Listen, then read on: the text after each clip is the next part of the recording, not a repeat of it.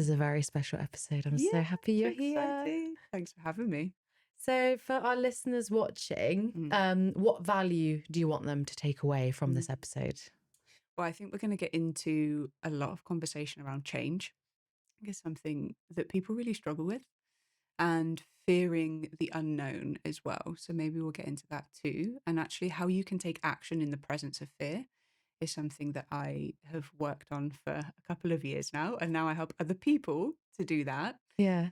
So I think the takeaway is it's possible to take action even if fear is present. Yeah. And hopefully we can get really practical about what that actually looks like.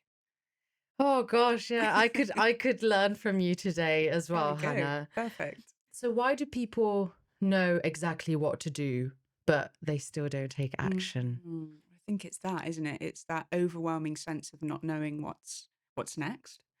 And actually, when it comes to career change, focusing on the what rather than how you're going to get there is actually a way to move forward, right? So maybe you know what it is. For example, when I changed careers, I knew that I wanted to pursue something fulfilling.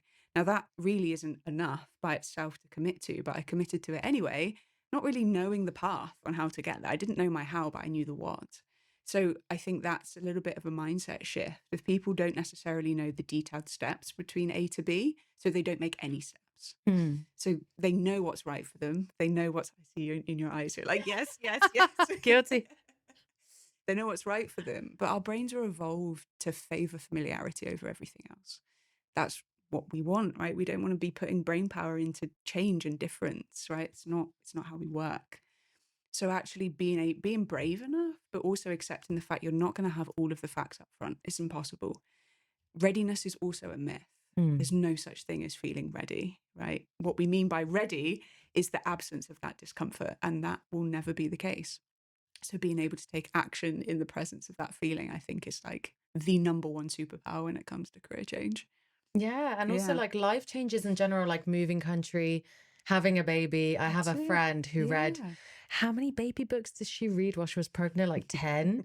No joke. Oh my Like goodness. every aspect of having a baby, like how to put the baby to sleep, teething, everything, Mm, how to clean the mm, nappy, mm. everything.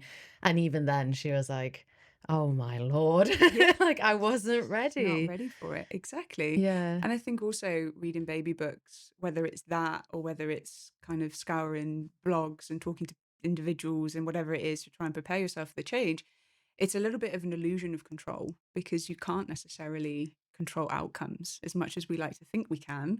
And of course, there are steps you can take to make the process a little bit more comfortable, but actually you can't control what's coming next. And I think that's the headline, you know? Yes, that's the Yeah. scary part. That I is the hate scary that. part. Yeah, that is the scary part. Absolutely. But it's also okay. That's part of it. And knowing that you're scared and recognizing that feeling of fear is maybe the strongest indicator that you're moving towards something exciting Yeah, because it is an indication of change, you know? I saw a quote recently that said if Mm. you're scared of it, you should perhaps move towards it. There we go. Don't move away from the stuff that's scary within reason, right? But when we're talking about career change, there's very little damage you can actually do, you know? Yeah. So whatever it is that's exciting to you, my message is to move towards that, not away from it. Unless it's like firefighting or something You or know, police. of course, of course, of course. But then with the right training, why not? Right? That's the Yeah. thing. Fulfilling careers. Mm, You're saving lives. exactly. You're putting rules in place. Exactly that. Yeah. Yeah, yeah, yeah. Sounds fun, actually. I would It love really to be a police does. officer. Goodness. So stressful, but I just Yeah. admire anybody that does it. Yeah. Yeah, it's a lot of work, nights and Mm, everything. Talking about fear of change, yes. you're very open about your story. Yes. You basically had two situations, right? Whether to continue your Mm, career after 8.5 years mm, or take the band-aid off. mm, So what was the process? How was that for you? So it was an 8.5 year process. And I'm really open about that part of it because I think it's okay for it to take time. And the kind of shame, I guess, that I had around how long it took me to make a change was the thing that was actually holding me back. So it's the sunk cost fallacy of I've put so much time into this career and I've put everything, all my life, this has been my priority. Now to step away and to do something else feels like such a waste of that time. Mm. So it was also changing my mindset and perspective around what have I gained from this? I'm still on that journey because I still look at that time with, you know, there was a lot of pain through that time too, but I also gained a lot. I met loads of amazing people. I was really, really able to build skills that serve me so well now as well. I got life experiences. I moved country, so that career has served me in ways too. But the thing it wasn't serving was my fulfillment, right? And I wasn't able to feel satisfied and that my purpose was aligned with what I was doing. Those were the two things that were missing for me. So I actually didn't have as much control over the change as I would have liked to have done because I ended up burning out. So a little bit of a plotted history. I began my career in the UK. I'm in HR, was in HR, became a bit of a law specialist as well during that time. I moved country. I worked for Uber and then I worked for Nike. And the work I was doing at those companies was in a facet called employee relations. Not going to bore you with the detail because who cares? But a lot of it was around dealing with the less pleasant part of the people experience within a company. So it's all the hard stuff. It's investigations, it's policy writing, it's discipline as well, it's redundancy, like really heavy emotional stuff. So I was going through the process of that every day, knowing it wasn't what I wanted to do. So that was really difficult. And I chose that for myself for such a long time. I cannot tell you, 8.5 years. I can tell Yeah. you, 8.5 years. So the process for me, I left Uber. It was really becoming an environment that was just really not serving me anymore. I was frustrated. I felt really misaligned. And I jumped ship to Nike thinking that, and again, this is really common. I'm going off on some tangents, but I thought that that would be change enough.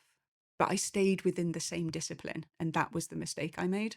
It's like, well, I'll change company, even though I knew it was actually what I was doing on a day to day that wasn't serving me. I was like, this will be fine, when really what I should have done and what I wish I'd have done was taken a complete career break. And that would have been the moment then that I would have been able to really think about what I wanted. But I was scared, so I didn't do that. And I chose the same thing again, just in a different shade. Mm. So then at the beginning of 2023, I burnt out, which is a really scary experience. I had anxiety like I've never had it before, didn't know which way was up. I wasn't sleeping. And it was really difficult. And it took me like 6-7 months, in all honesty, to get back on track. But again, the lessons I've learned from that period of time do serve me now as well. I'm constantly thinking, does this align with me? Because I spent such a long time in misalignment. And there's so many people that, myself included, right, relate Mm. to that, where you think the environment could cause the unhappiness, or your job title or anything. But if you just stay in the same scope, because it's the daily activities, the environment could be, I've been through that. I've had the most amazing, Mm. wonderful environment, Mm. but the scope itself, like if it's boring, if you're bored out, right? That's also another Mm. important thing to touch on. If you're bored out, like you feel like, I know this stuff already. Mm. Like I'm Mm. not challenged. Like it's just, yeah, I'm just doing the same thing I did last year and the year Mm. before, right? If you're thinking like this and you're just like, I'm destined for more, but like can't get a promotion, so then I leave and I'm making a lateral move essentially, right? Mm. There's so many people that feel that way, Mm. that if they just like move abroad and still do the same role kind of thing, it's like new, it's fresh, but Mm. it's not. You're doing exactly the same thing. And it feels like you're growing because you are, Mm. going from Uber to Nike, for example. Mm. And I think you needed those lessons though, right? Totally. To laterally move, to keep making those Mm. mistakes, for then your brain to push you and be like, Hannah, This is enough. Like yeah, enough's enough, really, is the point yeah. I reached. And your point there, you mentioned two words, challenge and growth. Thing that I work on with clients is being really specific about what you mean by those things, because just being challenged is not enough either. You have to be challenged in a way that is exciting to you. And we also have a threshold on challenge as well, right? There's a tipping point between this challenge is great and I feel like I'm really progressing and I feel alive and excited, and then the other side of that is I'm stressed. This is too much challenge. I actually don't know which way is up. So what's your threshold? What's your challenge threshold is one. And then two, around growth. How do you want to grow? In which direction do you want to grow? Because you're right, growth is growth, but also if it's not growth that is exciting to you or aligned to your values, then it's not going to serve you in the way that different kinds of growth. excuse me, different kinds of growth would, you know? There's a cat It's a scratching the cat. door. He wants to come in. I'm just gonna be honest to take people through the journey as well, so we Mm, can give like two different mm, perspectives. I really, really relate because I love recruitment. mm, Been doing it for 10 years, mm, nearly. But if you see my career history, Hannah, it's mm, like a bit of freelancing, interim, mm, corporate, mm, startups. And I've left mainly for reasons outside of my control, which is also something we can touch on today, which mm, was unfair dismissals, layoffs, bankruptcies, which mm. is also a mind fuck, I Of think, course. with Yeah. your career, with your like Mm, trying to control the outcomes, mm, right? It completely mm, derails you, mm, and yeah, fucks up your plans mm, essentially. But I also basically have this skill set, and I feel like, okay, I need to stay in this realm because this is what I know. And mm, there's nothing wrong with recruitment, there's mm, absolutely nothing wrong with the job itself, mm, but like HR mm. and like many other professions, it does have the really terrible bits Yeah. which are not fun, but we have to do. Mm, And that's kind of what impacted and impacts mm, my mental health, like mm, the not just the rejections, but also telling people that the role is on hold. And it's mm, essentially you're the messenger, right? mm, Of the mm. organization of HR, Yes. and of finance as well, when roles are Yes. put on hold or Yeah. cancelled. So there's a lot of really fulfilling bits, like highs, and then really Mm, unfulfilling bits about recruitment. mm, So I've basically changed environments. Like, okay, maybe a startup where I have more control mm. is fun. But then the issue with that is, like you said, how much challenge is too much challenge, which is you Right. working to 9 p.m., Mhm. you're overworked, Yeah. it's exhausting, you feel like you bloody own the company at some points. Absolutely. But super fun. And then corps, you don't have enough power, Yeah. you are siloed, you are Mm, like in this department out of this whole mm. scope of recruitment, right? Or whatever department you're in. So it feels really unfulfilling, repetitive, Yeah. dull. So now I'm also in this transition where I'm going more towards this realistic happiness, Mm. something I'm genuinely really interested in. And I don't Okay. know where that will take me, There we go. whether it's entrepreneurship, Mhm. video content, Mhm. interviews, Mm. workshops. I really don't know. And this is the gray area, Hannah, like Mm. this. Mm. And it looks exciting. And I'm Mm. like, what is that? I want to Mm. go in this universe, but I am here Mm. 10 years. Really, I know my shit. Mm. And then there's just that middle bit. There's that border. And it's like, are you gonna cross it? Are you Yeah. gonna explore? Or are you gonna put Yeah. your toe in it Yeah. and be like, oh, that looks nice. Yeah. That's nice. Let's not waste, let's use our weekends, our lunches, our Mm. evenings Mm. doing the grey area. Right. How do you want to do it? Right. We spoke about the what. You've just described the what, which is the grey area piece. But actually, how you want to get there is entirely up to you. And then you're looking into things like, okay, well, if weekends, evenings, and lunchtimes are the only ways that I can do this for now, how does that impact other areas of my life? Am I okay with the way that impacts other areas of my life? Am I okay with spending my free time on this? That's more the question I would ask, right? If the answer is yes, then continue on the path you're on until the answer is no longer yes. You know what I'm trying to say? Mm, So there's also a piece here, and you were describing and I was nodding along and thinking of this.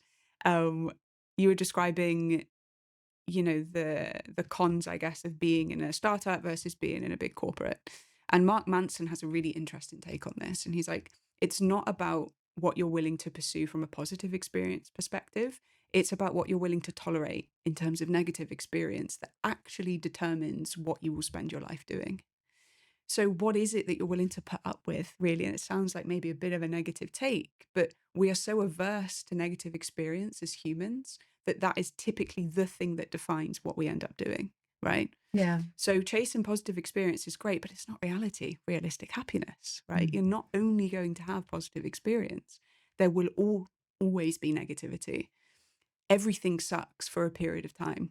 All, of course it does, right? But what does that, he calls it a shit sandwich. What shit sandwich do you want to eat for the next however long? yeah.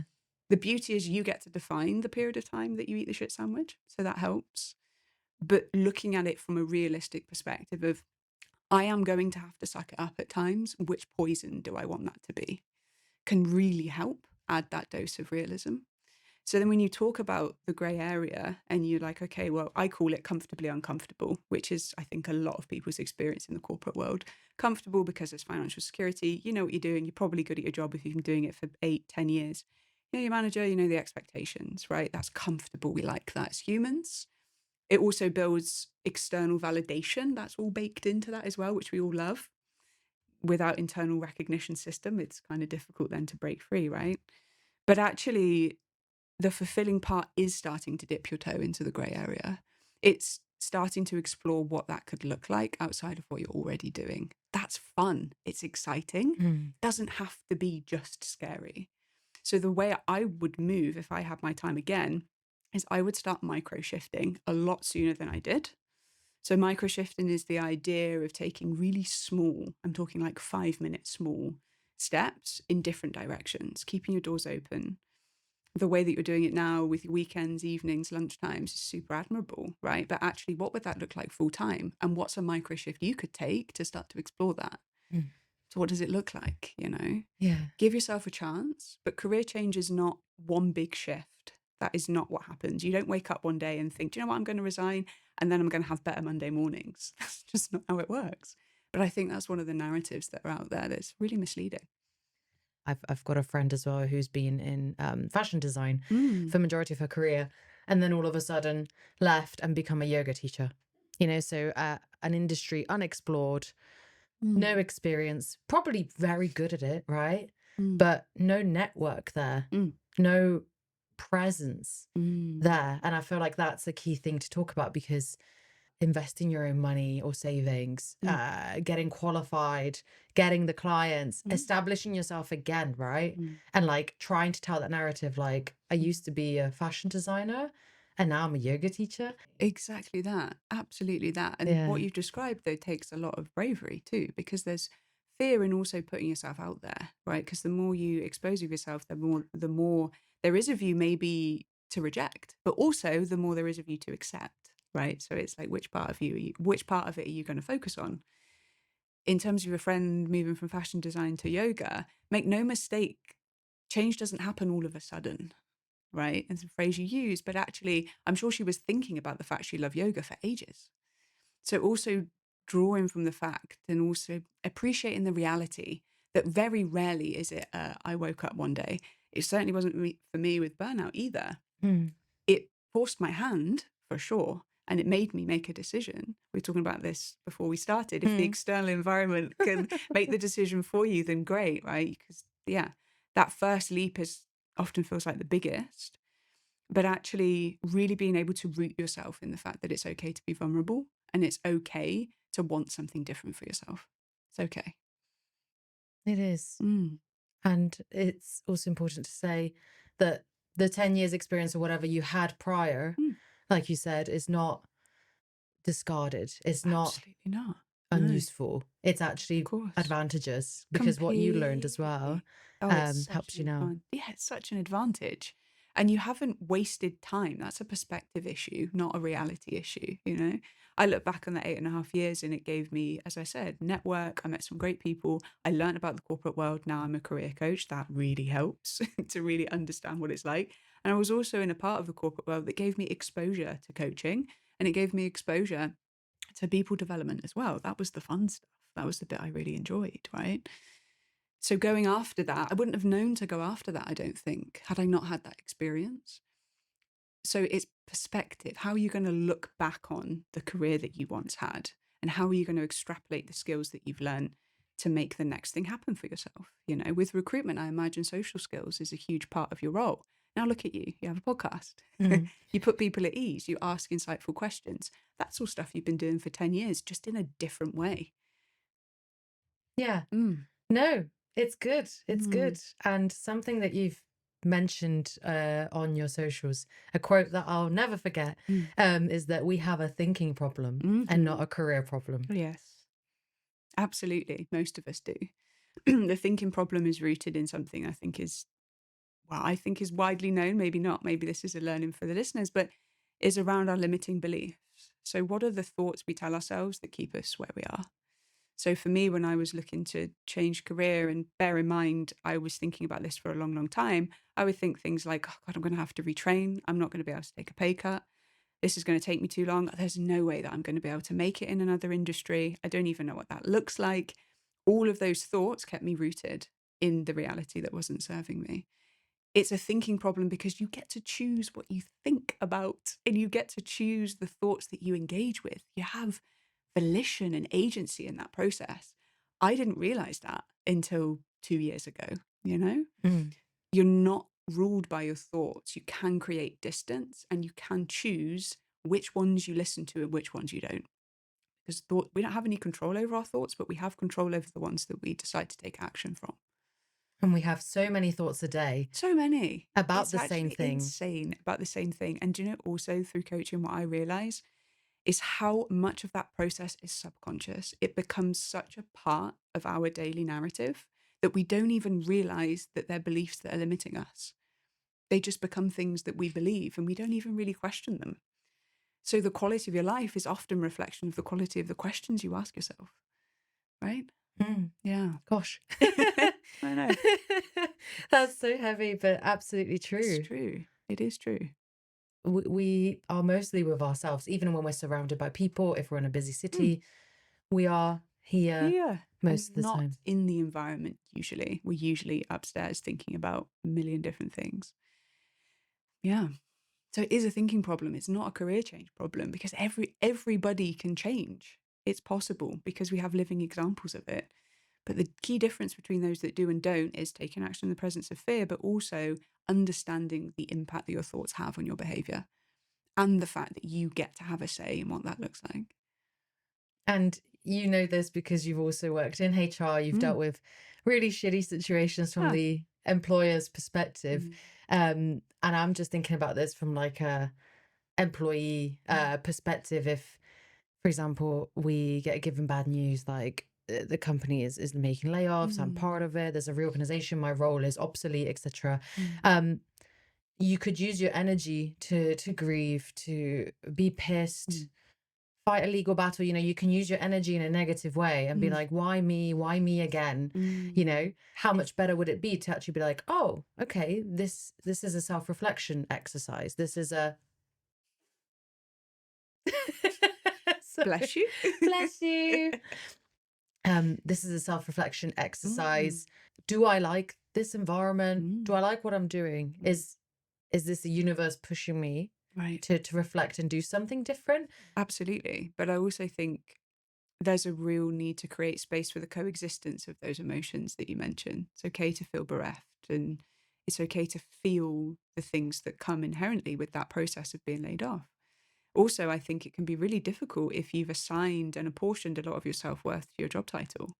And that's also then where redundancy can really sting, Mm. right? Because you become defined by the thing that you're doing on a daily basis. That's taken away from you in a way that's totally out of your control. Rejection is also a huge part of that too. Accepting those feelings and processing them can be separate from the actions that you take.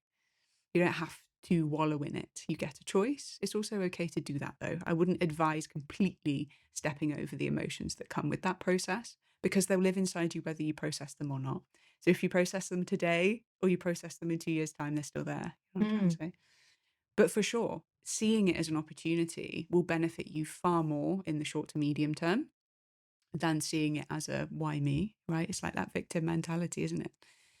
Again, you have a choice. You get to choose what that looks like for yourself.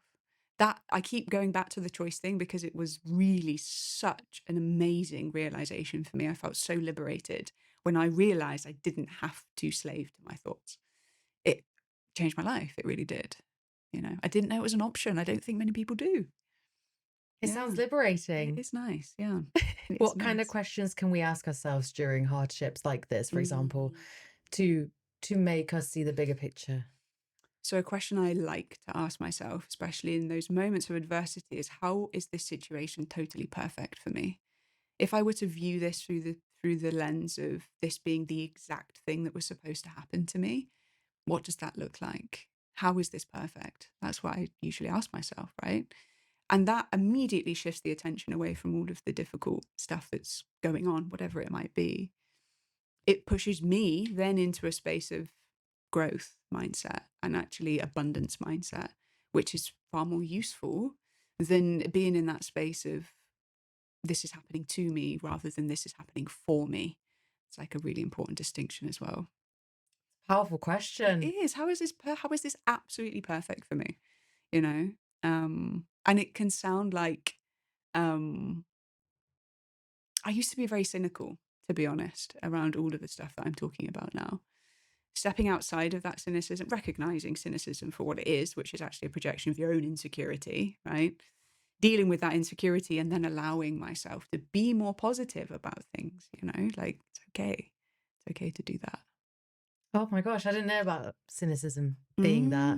So Mm. it's a projection of your own insecurities. Insecurity. Yeah, absolutely. Mm. Anybody who refers to, again, this is my own opinion, but anybody who refers to mental health as oh, that mumbo jumbo, like, or like therapy, I don't need therapy, or whatever it is, it's usually because it's exactly what you need. But it's really hard to admit that, right? It's hard to admit that maybe you need some help.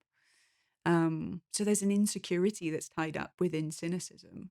It's almost easier to have a default of being a bit hard faced, I think, Mm. whereas actually vulnerability is the harder option, right? Being vulnerable is much more difficult than putting on a face and a front, in my experience. So cynicism is a common kind of Mm, thought process. Projecting as mm, well mm, means that you're kind of wishing, like you're not aligned, and you're mm, like projecting onto someone else is because you want that mm, deep down. mm, What other common thought patterns keep people stuck? mm. So I think also a huge thing, which we haven't mentioned yet, and this is a belief that then generates thought pattern, is that I'm not enough. I'm not enough as I am. I'm not good enough. I'm not smart enough. I'm not able enough. I'm not brave enough. Insert word and then follow it with enough. That's pretty much the foundation of most limiting beliefs. So a common thought pattern around that is I'm just not a confident person. I'm not confident, right? Confidence is a skill. It's a skill that we need in order to make change because it shows that we believe in ourselves. But it is a skill that can be taught. It is a skill that is taught. You're not born a confident person. It's not a quality, right? It's a skill. And that means that it can be built through practice and discipline, dedication, and time. Confidence is built from taking those micro shifts that I mentioned earlier as well. I did a talk the other week. I was so nervous. I'm usually okay speaking in front of people, but for some reason I was super nervous. Didn't feel confident at all going into that situation. But from previous experience, I knew that the only way I could feel confident is by doing it. That's the only way I was going to be able to feel that confidence, that kind of standing up a little taller and really being able to connect with my core and all of those things, that make me feel like I'm able to add value to people. There was no shortcut to that feeling other than doing the thing. That's the case for most things as well. So that's why micro shifts are so helpful because they actually build confidence because you have constant affirmation that you're able to do things, you know? Yeah, Yeah. and just building skills towards that thing, right? Yeah, So exactly. if you want to be a better speaker, Mm, to recite, right? mm, Memory. It's a good mm. skill to have, remembering Is. stuff. Yeah. Recording yourself. Mm, You don't have to do it in front of friends. You can just record yourself, cringe, I know, watch a video back, yeah. see what you can improve, Mm, kind of self-analysis, right? And just talking about something you're genuinely passionate about that's because right. that radiates. Mm. Like you will remember the stories if you're genuinely Yeah. interested. If you're doing a talk about something you really don't give a shit about, Mm, of course, I have this phrase that if you're trying to force it, maybe mm, it's not for you. I like And that. like it just feels really forced. Mm, I truly believe that it's just not for you. Like mm. me in the gym. Me in the gym. We have a, a hate relationship. Um at the end you get the endorphins and stuff, but that's the physical thing. Mm, The mental thing with me was like I have to do it because I mm, need to look this way, mm, lose X amount, mm, be fitter because I'm getting older and I mm, don't want health problems in the future. That was all the pushing, mm, and maybe some fitness experts might disagree. But since not going, I don't have that, that pressure every day to do something I really, really dislike. mm. And you can navigate that by doing stuff you enjoy more. So I prefer boxing, There we go. classes, long walks, which There we have the go. same effect, Yep. same dopamine, same result, Yep. but I'm not doing the typical Mm, gym bro Pilates, like what everyone else is doing, and exactly. pushing myself Mm, because my brain and fate kept telling me, like, yo, not for you. yeah, it's not for you. I'm going to give you a Exactly. knee injury, Yeah. and it did. Yeah. I'm going to So, make you gain weight from stress because yeah. you're pushing yourself, Yeah. So life, I think, has a really funny way, and your consciousness Absolutely. to keep aligning you in the correct thing Mm, instead of pressuring yourself to always mm. do the wrong thing. Yes, to all of what you just said. Definitely finding something, especially when it comes to movement, that is exciting to you, but also that aligns more with what you're looking for, like boxing, whatever it is that you mentioned. A word that came up for me when you were talking through the force part of what you just said is the word should, right? Which is could with shame attached to it. So Oh, actually, if it's coming from a place of I should do this, there's a layer of judgment there that doesn't need to be there if you were doing something that you enjoy doing. So I could box, right, is different to I should go to the gym. I should box also has that layer of judgment, right, as well. So it matters the place from which the force, as you mentioned, is coming from matters with how it makes you feel. So then the stress that you mentioned that came from feeling like you should go to the gym, totally, that was your body's way of saying this isn't for you. Why are you doing this? But you were shaming yourself into doing it because everybody else does it and you needed to lose weight or whatever it was, the reason you were doing it for.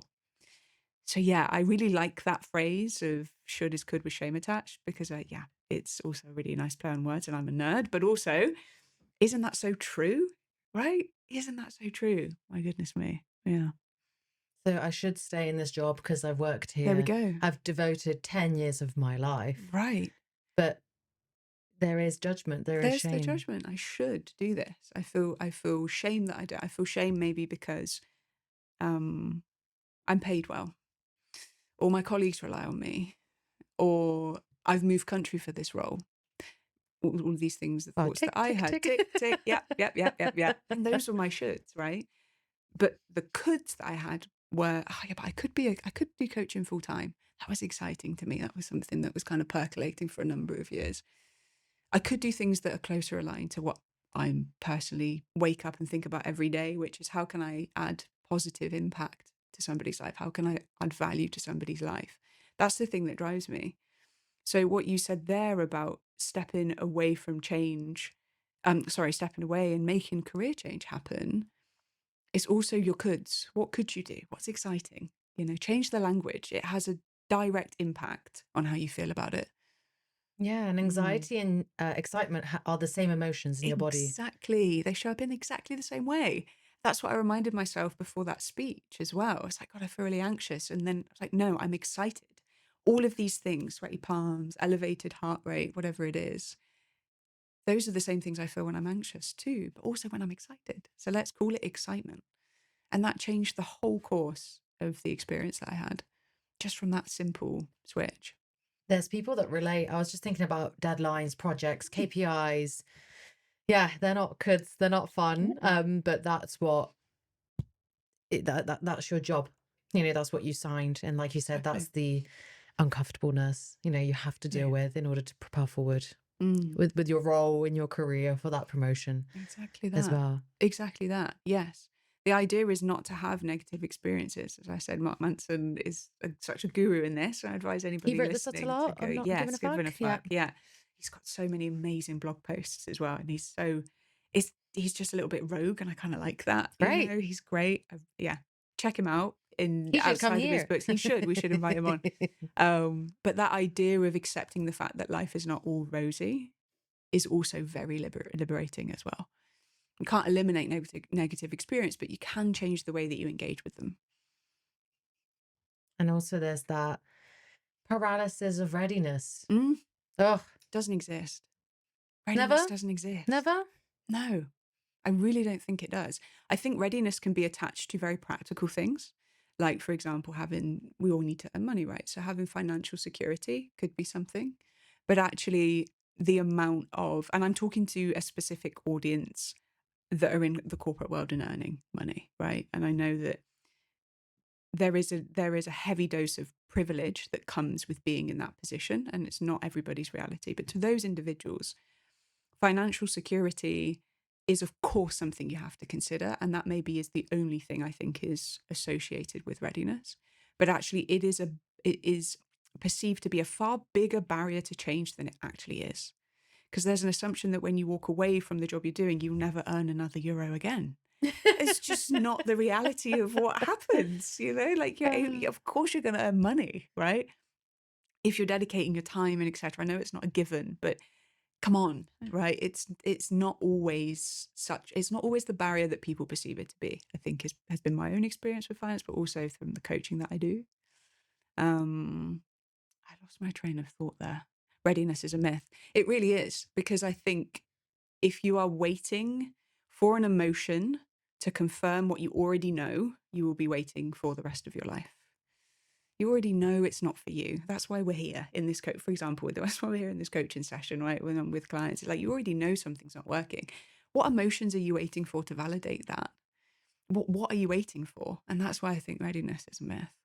I feel like that about YouTube videos. Oh my God. Self-help books. All of it. Yeah. It's just like, you need to take the action. I Yeah. feel like this is the common theme with these episodes at the moment, is like people want to listen to this podcast and explore and understand, and even from my own place of curiosity, and Jamie when he asks questions, right? Like that kind of confirmation, that approval. I think we're so used to that from parenting, right? When you're a kid, you kind of want to go in the garden and pull, I don't know, flowers out, or play with your dog and climb over the fence. And you're always like, oh, I want to do it, but is it okay? And your parents say, yeah, that's safe. No, that's not safe. So I feel like we don't get that deparenting, or we don't get that figure on top of us as we're adults and we leave home and go to university, etc. We don't have that security parent kind of confirming and saying, yeah, I've done it. It's just this cycle of people learning, even entrepreneurs, even Stephen Bartlett, Elon Musk, right? Putting money towards stuff, doesn't work out. Okay, let's try again. That experimentation. And then they can tell their stories. So people are like, he did it, she did it.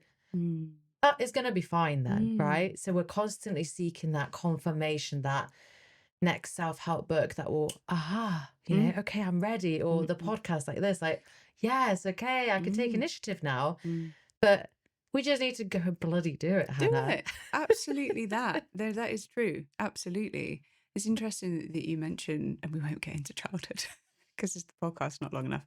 But for sure, the relationship obviously we have with our parents is fundamental to who we become as adults. Spend a lot of our time then learning how to reparent ourselves as well, which is a whole other podcast episode. But actually that looking for permission externally is a complete waste of time. You really need to figure out how to give yourself permission, right? That has to be enough, because also there is no external validation, recognition, permission that you can receive that will replace the internal recognition, validation, permission that you can give yourself. Because regardless of who's telling you that you have to be the one that takes the first step. Nobody can do that for you. So that's why that relationship with self and understanding yourself is so crucial before making the step into change. What are your values? What do you like? What are your strengths? Those are the basics. What limiting beliefs are keeping you where you are? Improving your awareness there really helps with taking those micro shifts in different directions, because at least you have some foundation to work off of. I'm not suggesting you just go out into the world completely blind and start foraging. That's not what this is. That's not what this is. But I am saying there will be an element of that in every single change journey. And the beautiful thing about life is that you can always change. You can change your mind. I was saying this to my partner earlier over breakfast. Like, people really don't realize that they can just change their mind. You can change your mind. You can change your thoughts. What's stopping you? Yeah, exactly. It's beautiful. It's beautiful. It's hard to recondition yourself. It is really, really, really, really tough. It's not easy. But good things don't come to easy decisions, to easy outcomes. I think the deeper thing beyond this, beyond fulfillment, beyond change, beyond rejection handling, is thinking patterns. It's overthinking. It's thoughtfulness as well. Like we're not telling you to stop overthinking Mm. about stuff, where you also can be thoughtful about Of course you can. processes, about changes, about directions in life. Absolutely. Oh, it's that cognitive processing is fundamental, of course, to everything that we do. The trick is to recognize when it's working against you and it's no longer serving you. That's the time where you need to intervene and step in and say, okay, well, these thoughts probably aren't serving me. They're trying to protect me always, but that's not the same as being served by them. Making that distinction is super important, I think. It's the distinction between overthinking and thoughtfulness, that thoughtfulness is like, maybe I could, there's more of like a positive light, like, like it helps you grow, whilst overthinking is that Spiral. loop. Yeah. It's the spiral, it's the loop. Can you break that thought pattern? If it's cyclical, it's probably not serving you. And Like they're if the you can't most, find an answer, if there's always another question, then getting out of your head and into your body and feeling the anxiety that's probably causing that thought pattern is a far better use of your time.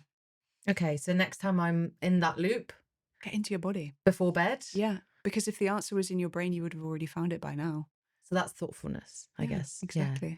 You've answered it. Yeah. And then it feels more clear. It feels clear, you have clarity. Also, you don't have to do any of this alone. Reach out. Oh, yeah. Get support. True. Sorry. Yeah. For other people in the world. Talk to people, do get out of your head, move, whatever it is that helps you feel more settled and clear your head. There's so many things that you can do, but you also can't spark change in a vacuum. It's not possible. You are going to have to engage and rely on other people to make that happen. That's also okay. Choosing those people wisely is also something I would advise.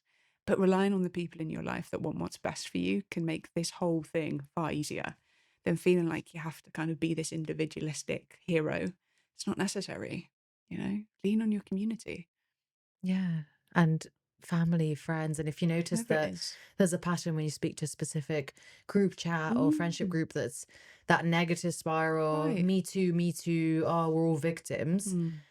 You kind of know that that's not the right path. Whilst if you speak to a group of people that are like enabling you and what about this, and making you think outside of the box and supporting you with your decisions as well and not judging you, that's the correct, like if you are thinking of, okay, which kind of group of friends or family members like should I talk to on my growth journey, the latter. Yeah, absolutely. Yeah. Absolutely. You mentioned parents earlier as well. Yeah. And going to your parents for advice, parents being my parents, and also I think this is generational, but going to your parents for advice when they've lived a life so different to the one that you want to live, I think is also a really important consideration. And it's not just your parents, it goes for anybody you go to advice for or whoever you share your thoughts with. The information you receive may not be aligned to what it is that you want for yourself. So also being selective with that as well. Am I taking advice from this person because I want the life that they have? If the answer is no, then is that advice relevant? And is it worthy? And is it going to help you? Maybe not. That's so true. Oh my gosh. I'm just thinking like, yeah, it will liberate people's minds thinking like, I don't want the life my parents had. Yeah. Paycheck to paycheck, 9 to 5. Mhm. I'm different. Mm. So why would you seek advice from those that haven't lived it? Exactly. That's beautifully summarized. You came with a book. Yes. I just saw you in the corner as we were explaining stuff. Yes. So when Hannah said people don't realize they can change their minds, it made me think about this section of The Diary of a CEO from Stephen Butler. It's law number 4 in his book, and it says you do not get to choose what you believe. And there's a bit of a thought experiment here, which is what came to mind. I don't know how related it is to this, but you might have an opinion on it. So this law will teach you how to change any belief that you have, whether that's your self-beliefs, belief about others, or beliefs about the world, while also showing you how to change the stubborn beliefs of others, which is interesting, but I won't go into that bit. So it said, think of someone you absolutely love, your mother, your father, your partner, your dog, the most important person or animal in your life. Now visualize them tied to a chair being held at gunpoint by an aggressive terrorist. Okay. Lovely. Yeah. Wow. Now imagine that terrorist says to you, if you don't believe that I am Jesus Christ right now, I will pull the trigger and kill them. What do you do? The truth is, the most you could do is lie. The Mm. most you could tell them is that you believe that they're Jesus Christ in hope that your loved one would be spared, but you couldn't genuinely make yourself believe it. Mm. This thought experiment illuminates a profound and controversial point about the true nature of our beliefs. Even if everything's on the line, you still couldn't choose to believe something that you don't. So what makes you think you can choose any of your beliefs? Mm. Interesting. And the difference there between beliefs and thoughts as well, right? Because beliefs are made up of life experience. It's that they're so much more rooted in ourselves, whereas thoughts are a lot more random. So you absolutely can't necessarily change your limiting beliefs. That is true, but you can work on rewiring the way that you relate to them and recognizing them and creating distance from them. And also, you can rewrite them, I think. Maybe that's against Mr. Bartlett, but certainly in my experience, This is Hannah's Hannah's rule book. Interesting. Maybe you can't. Maybe you can just question them. But beliefs are so deeply rooted in our sense of self that is why they are so powerful. And that is why they act as an anchor in terms of, okay, not allowing me to move forward, because these are the things I believe about myself. Looking for evidence as well and taking your thoughts to court, right? It's like a very standard CBT approach to this. But actually, what evidence do I have that makes this belief 100% universally true? You'll never be able to prove it to 100%. That can help too. It does. Taking your Mm. thoughts to court. Damn. Like, Mm. that's a whole daydream scenario I'm gonna have Yeah, later on yeah, today. for sure. Just For oh, sure. okay. Yeah. You just reminded me that one of the experiences I had around beliefs is that I was brought up Roman Catholic in Mm. Italy for 10 years, right? Mm. So going to church, believing this, etc. At school, it's taught that the world is made in 7 days, etc. And yeah, demystify science completely. Mm. So I'd have science class that say about evolution and Mm. bacteria, and then straight after, yeah, God made the day in 7 days. And I was Mm. like, Mm. what? Mm. Okay, I believe both because that's what adults are teaching me. And as soon as I moved to the UK, Mm. I quote, my mum said, you can believe in whatever you want. We don't have Mm. to go to church anymore. And I was 10, and I think I needed that lesson because I was like, I'm sure a lot of people get this after their beliefs are kind of shattered, right? Whether it's religious or personal, right? From what their parents taught them, etc. You just feel really lost and you're like, is everything a lie? Like things that are deeply rooted and you believe in. Mm. So I was really like, okay, so what do I do on Sundays? What guides my life? Mm. Where do I go? What happens after we die? Like all of this existential Yeah. crisis. And I Yeah. feel like people can have that as well with their own beliefs if you challenge them during coaching, right? There's this like, okay, so what now? I'm completely lost. Yeah. I don't know what, do I believe in stuff? That helps me. It helps me with feeling reassured. And that confirmation again, Yeah, that something absolutely. else is guiding you. Maybe there's a bit of comfortable uncomfortableness in what you're describing as well, because then the scary thing is, who am I in a reality where I feel like I'm enough? And we can become attached to the familiar even if it doesn't serve us. So actually, I've believed this thing about myself. I'm not enough for this period of time. I'm actually kind of comfortable in believing that, even though it's completely stopping me from being able to move forward. And we'll always choose the comfort in that. So that's why you had such an earth-shattering realization, and you were 10 as well. So it's different when you're a child too, right? Because you're really looking to the people of authority in your life to guide you through these things. But my question to you then is, well, what were the answers to those questions? You know, who are you? What do you do on a Sunday? What does happen when we die? You know, those are big questions for a 10-year-old to grapple with. But thank God your mum said you get to choose what you believe in. Because imagine had you stayed in the Roman Catholic or whatever it was until you were 18, where you've had so much more of your life in that belief system. That was the case for me, by the way. I was raised very, very religiously, Christian faith. My mum's very religious. It was really hard for me to then step away from the idea that religion, well, me personally, I don't believe in God, but that was a whole journey. And I had to say goodbye to community. I had to say goodbye to, like you said, a belief system. My whole thought around the way the world worked was completely changed. And now, am I glad of that? Yes. Was it scary at the time? Completely terrifying. And you can extrapolate that experience, though, and apply it to a lot of trying to rewrite your own limiting beliefs.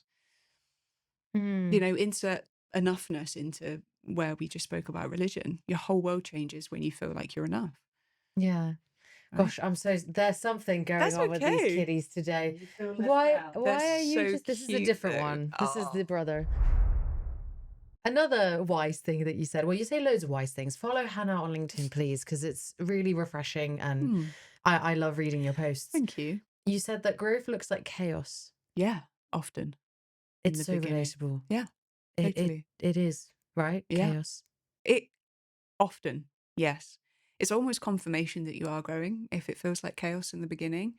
And that chaotic feeling is born from the unfamiliar. You feel like you're going to feel like at times you're spinning around in the dark, you know? But that is evidence that something is changing. And that often means growth, right? So that's why I really believe that growth often looks like chaos in the beginning.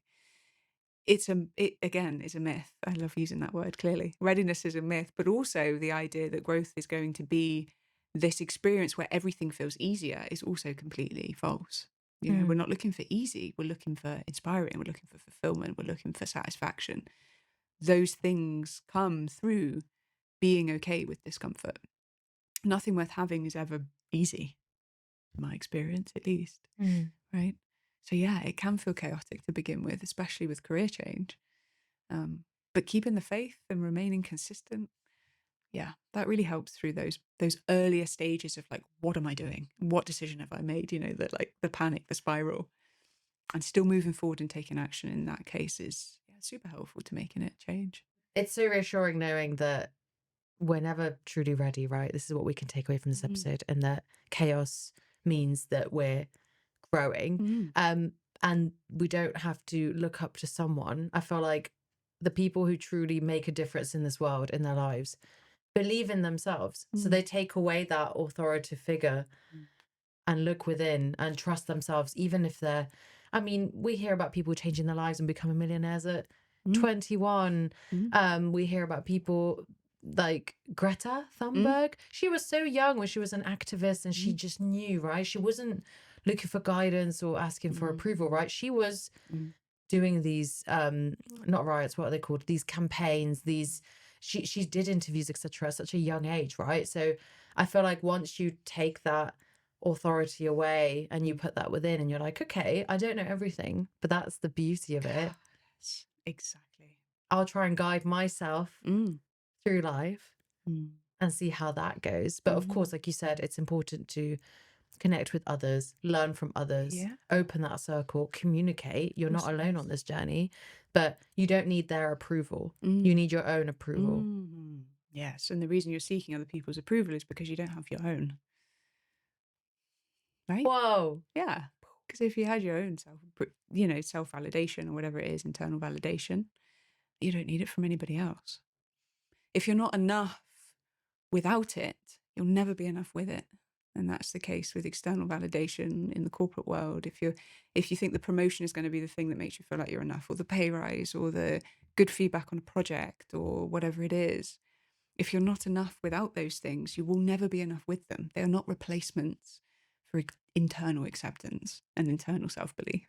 There are no replacements for those things. It's only the hard work that comes with really starting to change those things about yourself, you know? I can totally relate. Yeah, me too. I worked so hard for a director job in recruitment and I got it like within months. I was basically acting as a director of recruitment. And then my boss said, I feel like that's the natural next step.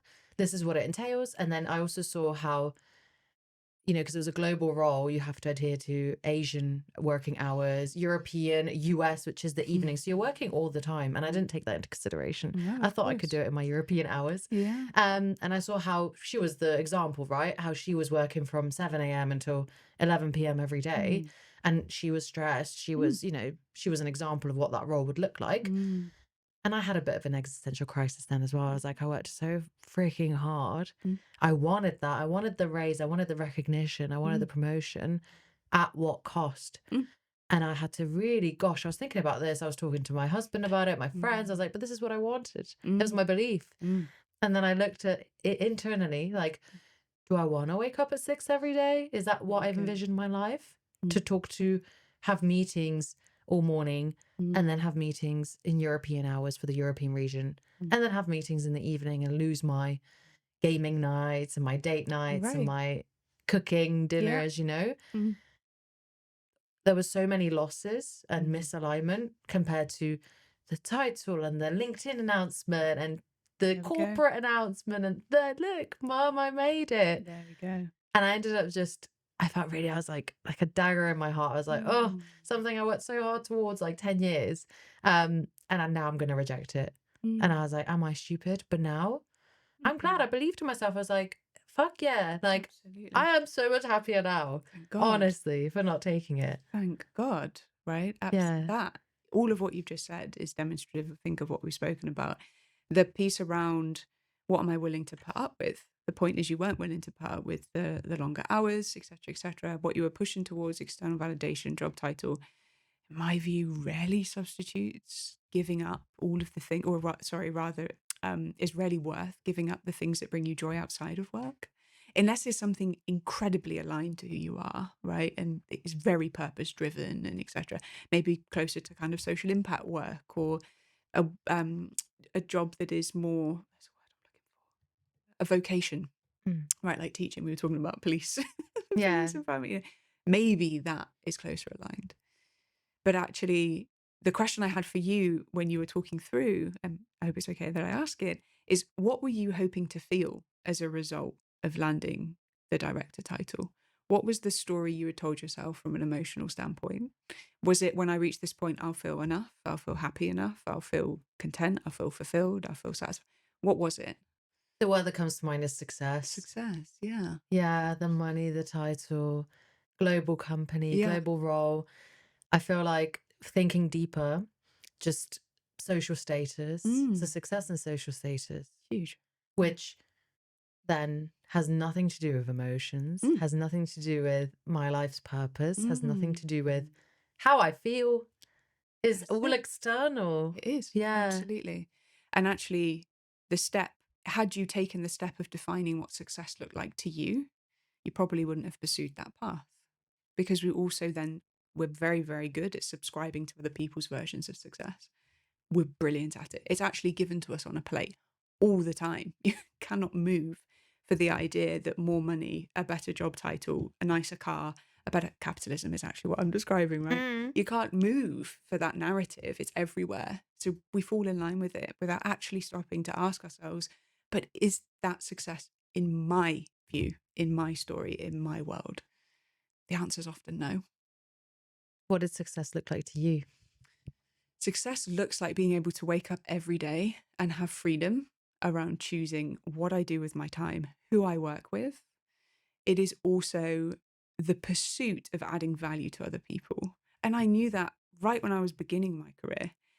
I just dressed it up in the wrong way. I thought going into HR would be the thing that allowed me to actually serve that. So naive. Anybody who's worked in HR, you probably have experience in recruitment. Support functions are not the place that you add value to other people. Everybody listening. Oh gosh. if that is your aim, yeah, I don't know. And maybe that's too much of a sweeping statement. Maybe people in HR, I've not met anybody in HR that does have the experience that they're actually adding value to others in a way that means something to them, right? So success to me is freedom to be able to choose what I do with my time, who I invest my time into, the type of work that I do, but it's also living a whole and full life away from the thing that I do, away from productivity, away from output, away from all of that stuff. Who am I outside of all of that? Success is the pursuit of finding that out. Not once did you mention money. No, because I've been there. Yeah. Because I've earned the money to know it's not the thing. Yeah, me too. Right. Yeah, I remember once when I looked at my bank and I had 16K payout. I was like, holy shit, where is that money now? Like, where is it now? Spent. Yeah. Because I wasn't happy. There we go. Because I was filling that void with shopping, with going out, with drinking, with holidays. Like, again, the external. Yep. And this is the stuff people do, right? I've spoken to millionaires and stuff. They've all said the same thing. I hit it. I became a millionaire. Woo, I got the Ferrari. Then what? But then Exactly. what? I achieved that goal. What next? 10 million? Mm. 100 million? Like, that's not going to fill this. Totally. It The will spirit. never be enough. If No. you're not enough without it, you won't be enough with it. Yeah. That's the truth. Very, very deep. I think we could even talk about, there's like subsections to this, There Hannah, really where we have is. to invite you for part 2, Yeah, I part would 3, love to. a webinar, a masterclass. I would love to. All of the above. Let's do it. Let's do it for sure. I've really enjoyed it. Thanks for having me. Is there a specific topic, Hannah, that we haven't touched on that's incredibly valuable or important? So I think maybe there's space for us to talk a little bit more about values and the importance of them. So throughout my corporate career, I knew I was misaligned, but I couldn't really understand why that was. In fact, I wasn't even using the word misaligned when I was in that reality. I was using words like miserable, over it, whatever. But actually, the truth was that I was misaligned. Understanding my values now and genuinely thinking about them, not in a throwaway corporate way of like, oh, our values are X, Y, Z, and have some cynicism around this. Clearly, I've been in that space in the corporate world where values are just lip service, and it frustrates me because actually, on a personal level, understanding your core values can really act as a foundation to making the right steps and making shifts towards things that are way more purposeful and way more fulfilling. Understanding my own values of integrity, freedom, creativity, honesty, and hard work has allowed me to then take the steps to allow those things to actually come into fruition and to allow me to experience those things in reality, right? Freedom is a huge one for me. Didn't feel free in the corporate world. Might sound very obvious to say that. But going one step deeper and understanding what those values mean to you is also where the work is. Freedom to me looks different to you, looks different to Jamie, looks different to the cat, right? Everybody's got a different version of freedom. What does it look like? Get really specific about your values and what they actually mean to you in purpose and in practice. Then you can start to make decisions from them. Yeah. Yeah. And the counter I would have with that, just thinking from more of a skeptical, person who feels like they have to stay in corporate and they have to work here, XYZ, can't start for themselves. Not saying you have to be an entrepreneur to have fulfillment. You can still have it in corporate. Yeah, of course But you like can. you said, just reiterating like the hards, like the shitty stuff, like what's your threshold? What are you willing to put up with in order to succeed, to embrace the good? Yeah. That's part of the conversation as well. What is your question? What I'm willing to put up with? And no, just Very happy theoretically, to. like Yeah. putting it out there. Yeah, absolutely. That comes into it too. And that's then, I spoke about thresholds earlier. Every value also has a threshold, right? So am I willing to trade-offs? What am I willing to trade off against here? So I know that freedom is such a strong value for me that if that means I maybe have to sacrifice on, actually, I don't think I would sacrifice on other values, to be honest with you. It's chaos. Bloody chaos. I'm so glad. Yeah, finished. Welcome back. Baba. This is the other one. So cute. Hello. Just chaos today. They feel confident. They know it's the today. weekend. That's the thing. No, but like we do this. Forever, All the right? time, yeah. All this year, Yeah. apart from holidays. And other times they're just passed out for like 4 hours. Yeah, and that's when it's good. But it's like having little toddlers, 2-year-olds. So cute. Hey, what does Hi. freedom look like to you? Yeah. Come in and out whenever you want. That's it. Scratching on the door. That's the rite of passage when you're a cat. You can do what you want. Oh, no, it's good. Hello. Hello, Papa. Hi. Hannah, we have a tradition. Oh my goodness. I don't need to shuffle them. That's I a good love this. This is very Stephen Bartlett. He used to do this, right? one. No, Did he this used is to do very that? Daisy Ilaria realistic This is happiness. sorry. Sorry. You can read your own question. What are you most grateful for at this moment? Oh. Firstly, I need my own set of these because this is a great question. It's the Meaningful Conversations D2 pack. I love it. D2 Collective. I need it. At this moment in time, grateful for a lot of things. Go for it. I'm grateful for the decisions that I finally made for myself. I'm in the space of thinking about my career because that's what we've been talking about. I'm also incredibly grateful to the people in my life that have supported me through that change. to my partner. Shout out. She's been there through a lot of stuff. I'm grateful to have the freedom to be able to choose what it is that I like to do every day. The privilege of being able to do that is not lost on me. And I'm incredibly grateful for that. And I'm also grateful for the little things, because that's kind of where all the joy is in life. That's my answer. What little things? So, for example, on the metro today, looking at a mother interacting with her child, and they were just having the best time. And child's just completely lit up. Like, he had this like little figurine and he's like playing with it. And I was just awash with joy. It sounds so wanky, but I really was. I was like, oh my God, like that is actually the point, right? Of those moments of where you're looking at other people live their life and actually really taking from their own experience, you know? That's the little things to me. Going out for a walk, getting a nice coffee, looking at the leaves changing colour on the trees. All I of do that stuff. Oh too. my God, I love that. And I missed those little things for such a long time because I was so stressed and I was so unhappy. So that for me also is a huge area of my own gratitude. Yeah. Oh, it's a really nice note to land on. I really like this. Yeah. Yeah. From the chaos, from the readiness, from From all of that to trees. to trees and leaves. Trees and children playing on the metro. Hey. I think it just, it makes us human. It reminds us, like when we're grateful for small things, like that life shouldn't be that difficult. Should. Oh yeah, should and could. Hey, there we Shame. go. That's also another lesson to life take doesn't away. have to be that difficult. Yeah, you're totally right. I think that's how we end the episode. That is how we end it. Thank you so much. This was great. Thank Really you, appreciate Hannah. it, Daisy. Thank It's been you. amazing.